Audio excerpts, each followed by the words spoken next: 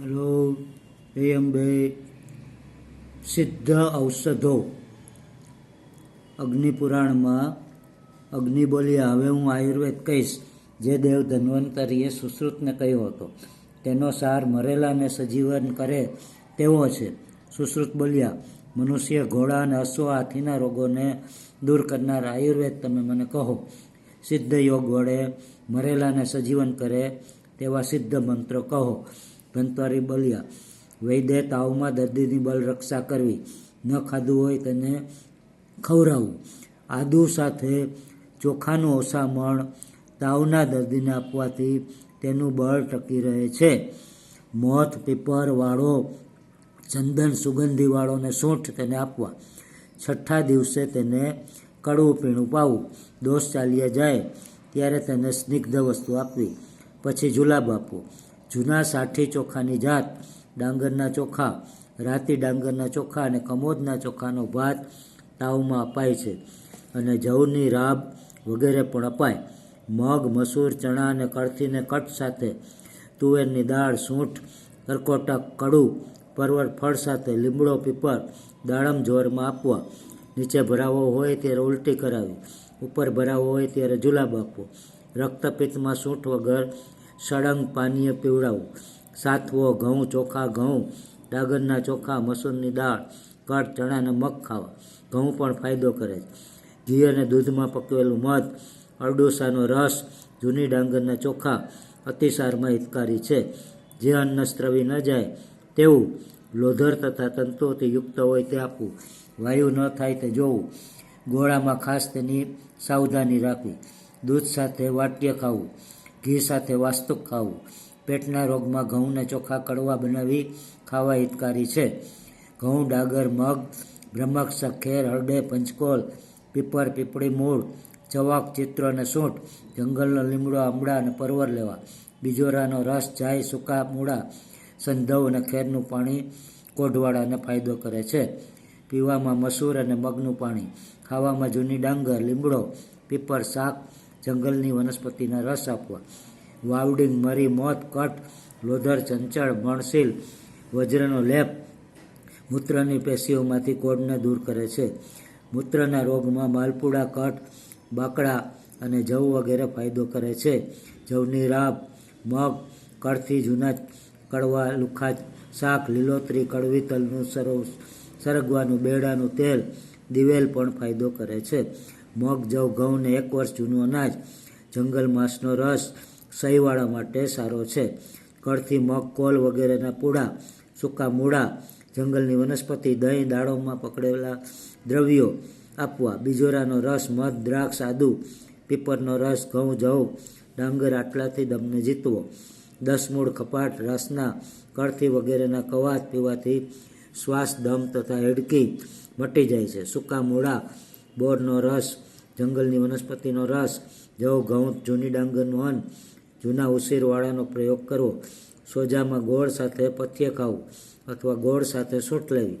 સંગ્રહણીનો રોગ છાશ ને ચિત્રકથી દૂર થાય. વાયુના રોગીઓએ જૂના જવ, ઘઉં, ડાંગર, જંગલ માંસનો રસ, મગ, આંબળા, ખજૂર, શેરડી, બોર, મધ, ઘી, દૂધ, ઇન્દ્રજવ, લીમડો, પીપર, અરડુસો, છાશ તથા અરીઠા લેવા. હૃદયના રોગીઓને જુલાબ આપવો. હેડકીના રોગવાળા માટે પીપર સારી. છાશ તથા કાંજીના બંધને ઠંડા પાણીમાં લેવા. મધને દૂર કરવામાં મોતી, સંચળ, લાજ, ડાંગરની ઘાણી, મધ સારા. ઘા વાગ્યો હોય તેણે મધ અને દૂધ સાથે લાખ પીવી. ક્ષય રોગને માંસ તથા તેના રસનો આહાર કરી જઠરાગ્નિને પ્રદીપ્ત રાખી જીતવો. ભોજનમાં ડાંગરનો ભાત, રાતો સામો, કલમના ચોખા લેવા. જવની રાબ, માંસ, શાક, સંચળ, કચુરો, ઓસામણ, છાશનું પાણી અંશસના રોગીને આપવું. પેશાબ આવતા દુઃખ થતું હોય મોથ અને હળદર સાથે ચિત્રકનો લેપ, જવની રાબ, ડાંગરનો ભાત, સથવાનું શાક, સંચળ આપવા. દૂધ, શેરડીનો રસ ને ઘી સાથે કાકડી, ચીભડું, ઘઉં આપવા. ઓસામણ તથા મદિરા વગેરે પીવા. ચોખા, સાથવો, મધ, સૂકું માંસ, ફાલસા, વતાક, લાવા, મોર પક્ષીના માંસ, ચિત્રકના પીણા ઉલટીવાળાને આપવા. સાલી, ડાંગર, ગરમ દૂધ, પાણી, મોથ અને ગોળની ગોળીઓ તરસને અણે છે. સાથળ રહી ગઈ હોય ત્યારે જવની રાપ, સૂકા મૂળાનું શાક, પૂડા, પરવરને નેતરનો અગ્રભાગ આપવો. મગ, તુવેર, મસૂર, તલ ને જાંગલ માંસનો રસ પણ સાથે લેવા. સૈંધવ, ઘી, દ્રાક્ષ, સૂંઠ, આંબળા, બોરનો યુસ, જૂના ઘઉં, સાલી ડાંગર, જવનો ખોરાક લેવો. સાકર, મધ, શેરડી, દાડમનો રસ લેવો. લાલ ડાંગર, ઘઉં, જવ અને મગ વગેરે હલકા છે.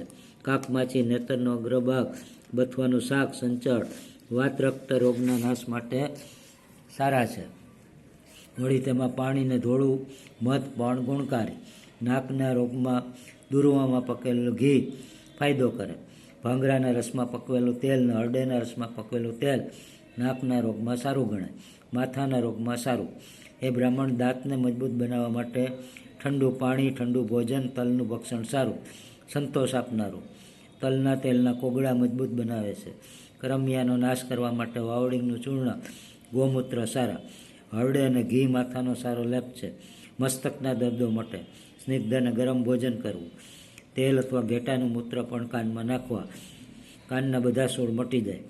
બધા સૂક્તો પણ કાનના સૂળ માટે સારા. પર્વતની માટી, ચંદન, લાખ, માલતીની કળી એકઠા કરી દિવેટ પરુ દૂર કરે છે. વ્યોસ, સૂંઠ, મરી, પીપર, ત્રિફળાનું પાણી, તુચ્છ જળ ને રસાંજન આંખના બધા રોગ મટાડે છે. આંખમાંથી પાણી વહેતું હોય ત્યારે ઘીમાં લોધાર, કાંજી, સૈંધવને પથ્થર પર વાટી આંજવા. આંખના બધા રોગમાં સારું. પર્વતની માટી, ચંદનનો લેપ પણ આંખની બહાર સારો. આંખના રોગને દૂર કરવા ત્રિફળાવાળું જળ છાંટવું. લાંબુ જીવવાની ઈચ્છાવાળાએ રાતે મધ અને ઘી સત્તાવરીના રસમાં પકવી લેવા, તેથી બળ વધે છે.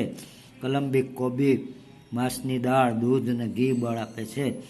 જેઠી મધ સાથે ત્રિફળા લેવાથી આયુષ્ય વધે છે. જેઠી મધ વગેરેના રસમાં ત્રિફળા લેવાથી પળિયા આવતા નથી, કરચલીઓ પડતી નથી. એ બ્રાહ્મણ, વજ્રમાં પકવેલું ઘી ભૂતોના દોષનો નાશ કરે. પિતૃઓના પ્રસાદરૂપ અન્ન બુદ્ધિ આપનારું છે, બધા અર્થો સિદ્ધ કરનારું.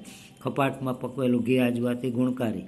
રાસના અથવા પીળા કાંટાસરિયાના કલ્કથી પકવેલું તેલ વાયુના રોગીને હિતકારી. વ્રણના રોગમાં અનભિષ્યંદી એટલે કફને ન કરે તેવો ખોરાક વખણાય.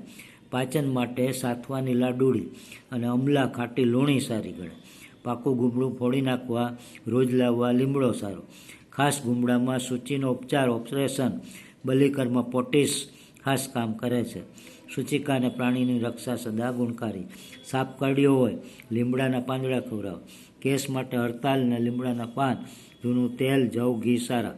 વીછી કરડ્યો હોય તો મોરના પીછાને ઘીનો ધૂપ આપવો, અથવા આકડાના દૂધ સાથે પીસેલા ખાખરાના બીજનો લેપ કરો. વીછીની વેદના મટાડવા ફળ સાથે પીપર અથવા સીવા, હરડે કે આંબળા, આકડાનું દૂધ, તલનું તેલ, ગોળ સાથે માંસ સારા. પાન કરવાથી જલ્દી કૂતરાનું ઝેર સમી જાય છે. નસોતરનું મૂળ પીવાથી તાંદેડા સહિત ઘીથી સાપ કે કીટના બળવાન ઝેર સમી જાય. ખસ ને લુખસમાં ચંદન, પદ્મકાષ્ઠ, કઠ, લતાંબુ, ઉસીર, વાળો, પાડલ, નગોડ, ઉપલસરી, શેરું ઝેર હરી લે છે. ગોળયુક્ત સુરથી મસ્તકનું વિરેચન ગણાય. સ્નેહપાનમાં બસ્તીમાં તેલ ને ઘી ઉત્તમ. અગ્નિનો શેક પરસેવો લાવવા ઉત્તમ. ઠંડુ પાણી સ્તંભન કરવામાં સારું. રેચનમાં ને વવનમાં નસોતરનું મદન સારું. બસ્તી, વિરેચન, ઉલટી, તેલ, ઘી, મધ, વાતપીક અને જોરદાર કફમાં ઉત્તમ ઔષધ છે. ઇતિ શ્રી અગ્નિપુરાણમાં સિદ્ધ ઔષધિઓનું કથન નામનો 219મો અધ્યાય સંપૂર્ણ. આવા બધાય આયુર્વેદ અપનાવો, એલોપેથી બંધ કરો. આયુર્વેદથી મૂળમાંથી રોગ છે એ નષ્ટ થશે. જય આયુર્વેદ, જય ધન્વંતરી. Please subscribe.